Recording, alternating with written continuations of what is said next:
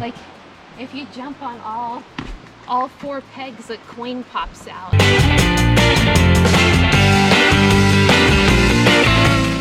Hey, Lisa. Hey, Kat, guess where we are? Where?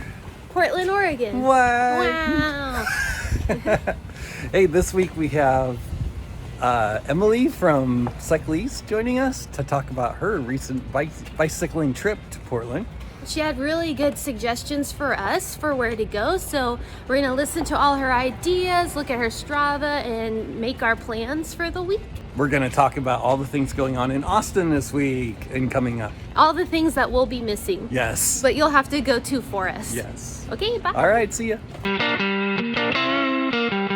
Welcome, Emily. Tell us a little bit about yourself. Yes. Hello. Hi. My name's Emily. I live down in Austin, Texas with Kat and Lisa here. And let's see, what did I say on my little bio earlier? I have been cycling since 2012 or so in like varying capacities. I really took off with it when I started pedicabbing down here in like 2015 and 16. And ever since then, it's sort of taken me all over the country for work and for play. And that's kind of my quick and dirty background in cycling anyway. So we met Emily because we love Cycliste. Emily is a bike mechanic there. Kat was talking to Emily about how we were going to visit Portland soon. Yes. And Emily had just come back from Right. visiting Portland and had a bunch of good rides to recommend to us. And we're like, oh, well, let's get this on video. That way we can capture all these ride ideas and then try to do all the things. Right, because we both talked to you individually, and you gave Yeah. us great information, and now we're here, and we need to put that into you guys are there. And action. how long have you guys been there so far? We arrived Thursday. Friday. We arrived Friday, and then we fly out next Monday, next so a week Monday, from yeah, now. Yeah. Oh, you have a whole week. Yes. That's awesome. Yes. Yeah, and I'm sure you guys have already gathered that it's just like a bike city. It's Yes. super easy to get around. It's also like a pretty compact city compared to Austin, I found, or it felt like it anyway. So that was nice also. And what neighborhood are you guys staying in? Like what? We're southeast. Yeah. Southeast, yeah. Yeah, you guys are in a great location to be, like, just pop into Forest Park, it sounds like, which is kind of the big thing I was going to talk about. Yeah. Is Can you Forest Park. can you tell us about the riding there? Because It's beautiful. So Forest Park is this big forest, believe it or not, that sort of edges the like southeast of, or southwest rather, of Portland. And there are miles and miles of trails and road in there. So because it's a forest park, they've got a lot of like fire and I think it's probably mostly fire roads, not necessarily logging roads. I don't think there's active logging going on up there. It's just there's people there running, biking, all sorts of fun stuff. It is a lot of gravel roads go up and through there, and then there's single track that flows through there as well. Compared to Austin, the single track there is way more flowy,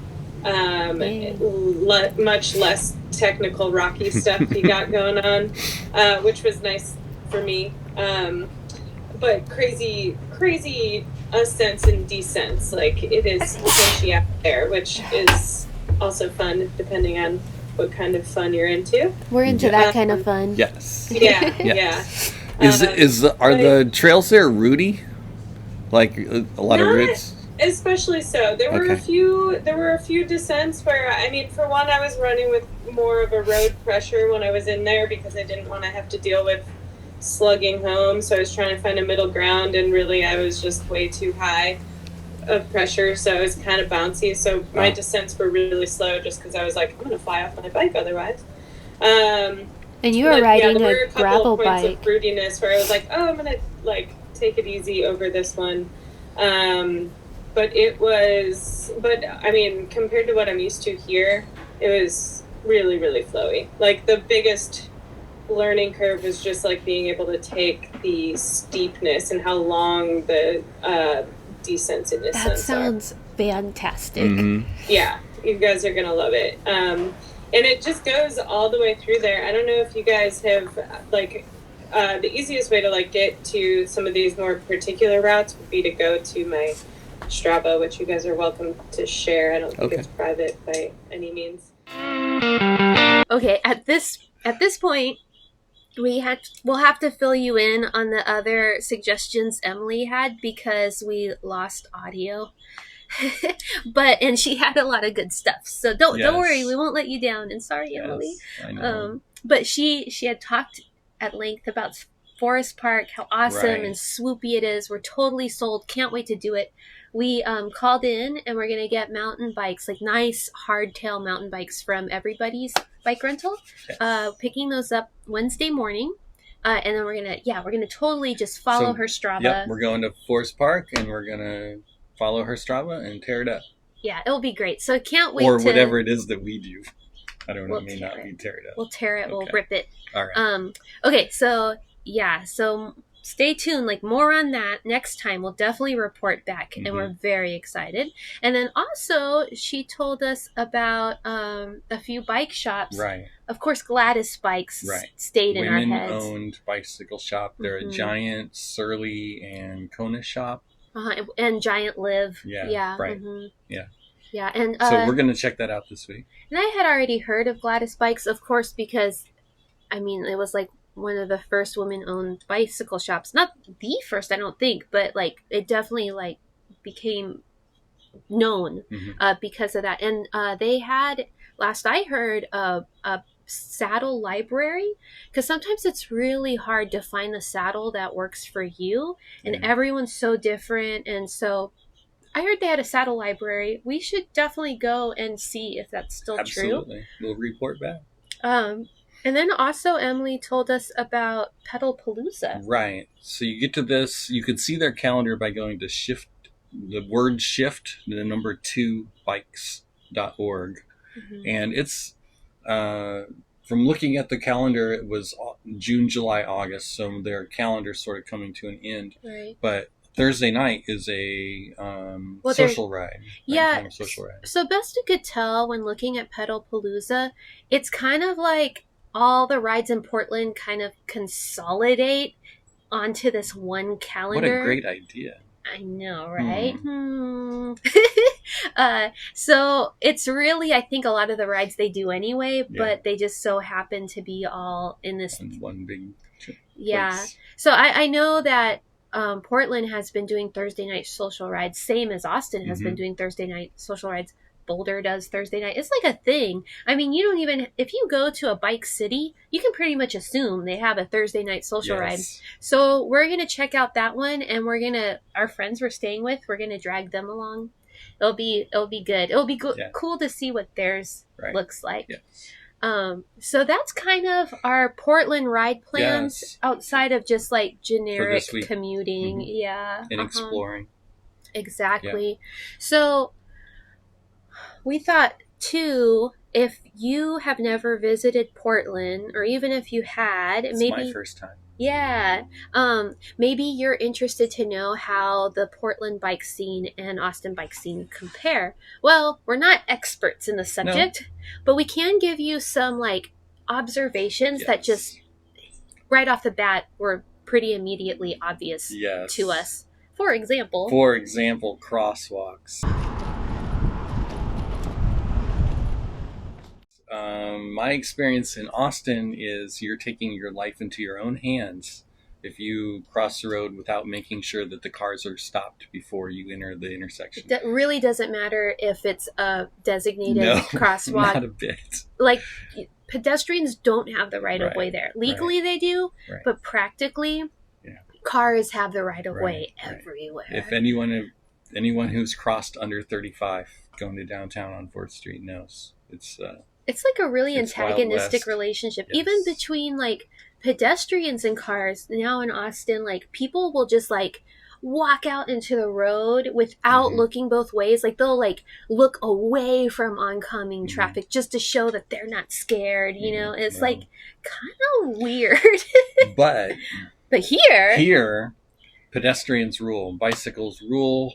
If you're in a bike lane and you come up to an intersection where you have to cross, cars will stop for you. yes. If you're walking, cars will stop and let you cross the road. It's almost to the It's point amazing. where if you're at an intersection or crosswalk and you don't actually want to cross, you have to like really make sure Yes. that like, hey guys, They I'm want to tying let my you shoes. cross. Like, yeah, like don't stop for me, please. I'm gonna turn around and walk this way. Yes. Like they will stop. Yeah. Right. So that's pretty incredible Yes. and cool.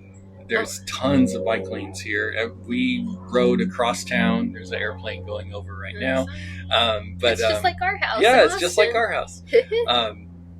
But we did a ride across town, and it was either bike lanes or bikeways the whole way. Like yeah, there was no road that we didn't feel. You know, there was busy roads that we were Right. on, but they still had bike lanes. It seems like so because Austin has a lot of bike like oh my god, infrastructure. bike lanes. Okay. Duh. That's the word I was looking for. Okay, so Austin has lots of bike lanes, but I think one of the differences is Portland seems to have some kind of bike solution on every Yeah, road. yeah. So you can ride like in Austin, you just kind of have to have a sense of like, okay, these roads have bike lanes, these ones don't, but they're neighborhood roads, so that's probably okay. But there's not necessarily going to be guidance on every single road for what you're supposed to do with Right. yourself. So in Portland, there's just kind of this general sense with city planning that with every road, they're like, okay, we have to make sure that both cars and bikes know what to do. Mhm. So there's just like more indicators Yes. of where to put yourself. Yes. Yeah. Also, Oh, go ahead. Yeah. they do this cool thing. Like Kat had mentioned the bikeways. Well, they have it where to slow traffic in neighborhoods, instead of necessarily having speed bumps or doing what they did on E.M. Franklin, like having serpentine streets with like medians and stuff. Yeah. Well, we should have a ranting episode. Yes, exactly. So one thing is in these bikeway areas, they'll close down every other block. So it forces cars to go a little slower because they can't. It basically makes it where streets aren't throughways. It will be like, okay, like let's say it's E.M. Franklin. Well, I can go down E.M. Franklin, but only up to Pershing or something, some intersecting street, because then it's blocked off. Stops. And Yeah. so people that live on that street, they can still access it from either side, but cars can't go straight through, which I think because they have a grid system, it's a lot Yeah. easier to do that. Like E.M. Yeah. Franklin, for example, doesn't really have that many intersecting streets, but still in principle, Right. that's kind of how it works. And so as a bike, you don't really notice, but as a car, it just kind of slows traffic a little. And what they're using those blocked off streets for is maybe half of it will be a bike lane and the other half will be outdoor seating for restaurants. Yeah, which brings us Which to the is village amazing. setup. It's so cool. Like you're walking around and you're just seeing people out, like enjoying their lives out on the Yeah. where it would normally be cars going both directions. This is something I really love. So one of the reasons public transit works so much better here than in Austin is in Austin, everything follows the highways. The north-south bus routes kind of are more reliable and come around more often than east-west stuff. And part of that is because in Austin, you almost have like this flow of suburb to downtown and back, right? But in Portland, it's set up as a bunch of villages butting up against each other. So every neighborhood has its own, like what we would think of as a main street. Like, and they're just blocks apart. So you walk 4 blocks that way and it's effectively the main street of that neighborhood. And Right. because it's so walkable and so village-like, whenever you are taking a bus, you have more reasons to get off all along the way. Mhm. It makes it where north, south, east, west bus traffic is all kind of equally utilized Right. because there are destinations all around Portland. It's not just following these north-south highway thoroughfare type Yeah. things like we have in Yeah. Austin. so just infrastructure wise and Yes. city planning wise, it's just way more oriented to Right. packing, like having urban density that actually works, right? Mhm. Like in Austin, okay, I'm gonna rant a little bit. In Austin, we're trying to do a density thing, but for us, that just means housing. They give pretty much no consideration to commercial density at all. Right. So basically, we build out these really dense neighborhoods where everybody in that neighborhood has to hop in their car and drive to a shopping center like Capitol Plaza Right. in order to buy anything. So all we're doing is creating super dense neighborhoods where people just sleep there. Yeah. No one lives there, Right. you know? And so then we just create more traffic problems on these streets that aren't really meant This- to handle it. And This place where we're staying here, a block up and a block over is the coffee shop. A block up and 2 blocks down is the grocery store. yeah. We've walked everywhere since we've been here. It's easy. It's a super cool Yeah. model. And the thing is too is gosh, we could go so deep into it, like why it grew out I that way know. and all this. But what is, along with what Lisa was just saying, we've already used a mass transit system here. We used a little light rail train, Hmm. and it was like $2.50 we probably took Yeah. a half an hour trip, and it was great. It was no problem at all. Plenty of room, clean. The station went from where we were to where we needed to be, Yeah. and was easy to use. So I really like that. Yes. Yeah, it was pretty And I great. think you said you've used the bus system here, Uh-huh. and it works fine too. Yeah, it's kind of goes back to what I was saying Yeah. about. Yeah, it's just like the whole culture kind of supports Yeah. it better. Well, so obviously we have a lot to explore, a lot to Yes. report back on, but it wouldn't be Austin Bike Bulletin if we weren't telling people about what cool rides are coming up. Right. So, Kat, do you want to start? Sure. Something that I've been looking forward to all summer because of the drama that was surrounding it is the Driveway series. The Driveway Crit Races are coming back this week on Thursday night. They are over at the Driveway Racetrack. It's east of town, very close to the Walnut Creek Trail. So if you get to the Walnut Creek Trail, the end, and listen, you can hear bike racing in the distance. Well, also on Thursday night, what is it? Thursday, September 1st? Yes, Like at 6? What would be a good time to? that's when they start at like 5 p.m. Oh, at 5. Oh, yeah, Yeah. it starts pretty early. Yeah. So, but I mean, the racing goes on for a while. Yeah, So if it's you're different categories of racing. not off work yet, It's it will be fine. You can yeah, still it's go. so much fun to watch because you could be right up close to the racing. They go right next to you.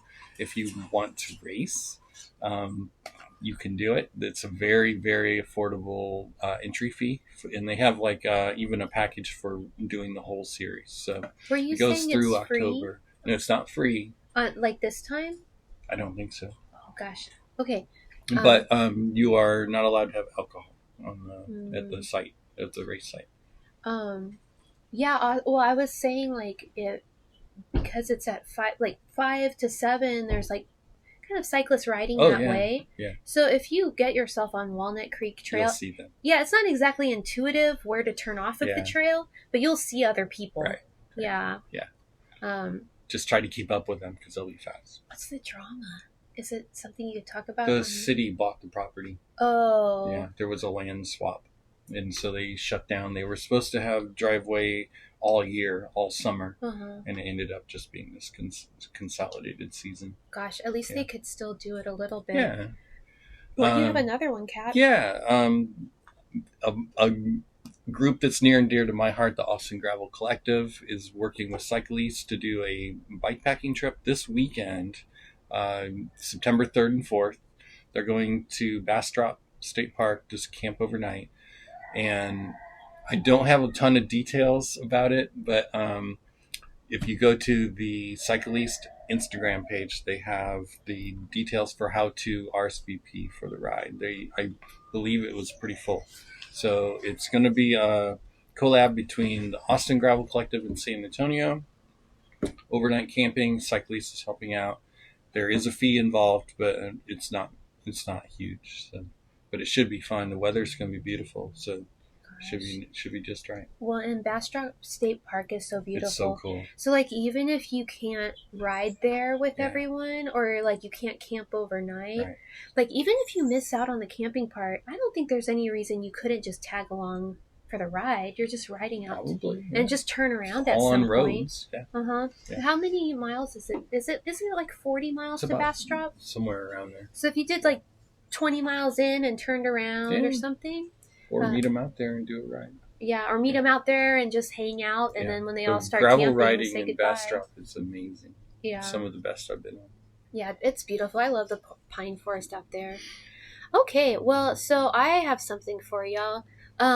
So Friday, September 9th is the Storytime camping event, and that's kind of a multi-part thing. So ultimately, it's something anyone can go to, whether they're a cyclist or not.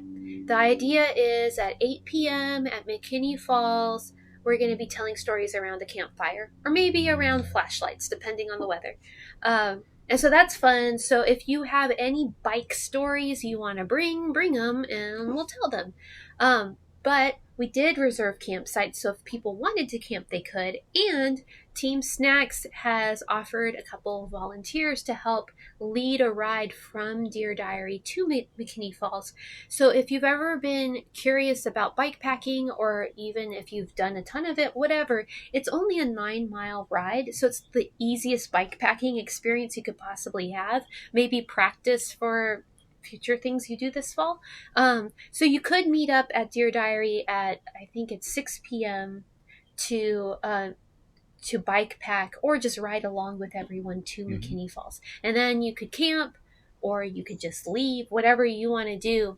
Regardless, no matter what, if you want to do it, you have to RSVP. Right. So if you go to Deer Diary, It's right on their front page, isn't it? If you go to deerdiary.coffee, yeah, we have a blog post about it. If you go to blog and then you go to what to do with that pen. We'll put a link in the show notes. Okay, yeah. Well, but for people listening, okay, there you can see it there. All right. Also, if you go to Deer Diaries Eventbrite, it's listed. That's right. Yeah. If you go to dd.coffee/x-y-z. She's everywhere. You'll find it, or just ask Team Snacks. Or just shout real loud. Or just out ask in the us. parking lot. Or, yeah, it's my thing. Yeah, so get a hold of me. Yes. I'll tell you the things. Okay, so that's Storytime Camping, sponsored by Deer Diary and Team Snacks. And then, and it's Friday, September 9th. Then, on Sunday, well, okay, I guess I'll tell you in kind of super order. So the 40th annual Moonlit Cruise is happening at 2 a.m. Sunday, September 11th. 2 a.m. is the 40th anniversary of Moonlit Cruise. If you've never done a Moonlit Cruise, like, this is the big annual one. They've been doing this since 1982. Yeah, I guess so. Holy cow. I mean, like, it used to be this... They had bikes then? This annual Moonlit Cruise and Critical Mass were kind of all there was when it came to, like, group social bike rides, I guess. Okay. And it was like Christmas. It was like an event to really look forward to. And now that it's the 40th anniversary, now that the coronas are not done, but they're not as scary, I guess, Moonlit Cruise is excited to spring back. And so if you want to be riding around in the middle of the night with hundreds of other cyclists, sleepy cyclists, or party animals, because 2 a.m. is when the bars let out. So I think that's on purpose. You meet on Pfluger Bridge that night. Okay. So that's the Moonlit Cruise. And then Team Snacks and Deer Diary is doing another ride that morning. So I guess you can't really do both unless you just don't sleep and just have one roll into the other. But at 7:30 a.m. at the Meteor on Sunday, September 11th, a bunch of us folks are meeting up. This is more of a WNB ride. So Lady Ride. It's slow your roll, right? It's the slow your roll for that Sunday, which means it's more beginner, immediate roadie friendly. And we no drop. it's a good roadie ride for people that are just getting into road cycling. It's a very like patient, like it's not a social ride where we're just chilling out. Like we are trying to go a little faster, but we won't drop you and we'll help if you get a flat. And it's very supportive. But this one's a long one. We're going from the Meteor to Deer Diary. So if that's all you want to do, that's fine. But then after Deer Diary, we're going all the way up to the Arboretum and the Domain and stuff like that. Whoa. Yeah, and it's Melissa's commute because Melissa, that's her commute. So we're gonna go with her on Sunday, and the whole idea is she hasn't commuted to work from South Austin to the Domain yet. She kind of wants to go with friends first and test the waters. So that's exactly what we're doing for her. Does your office have snacks or drinks? We will make sure snacks happen. Okay. Snacks will. They generally do. There's team snacks. Right. Yeah. Okay, and then you have one All more right, for us, our Kat. last thing to chat about is coming up in the middle of September on the 18th is the Women's Rafa 100, which we did last year.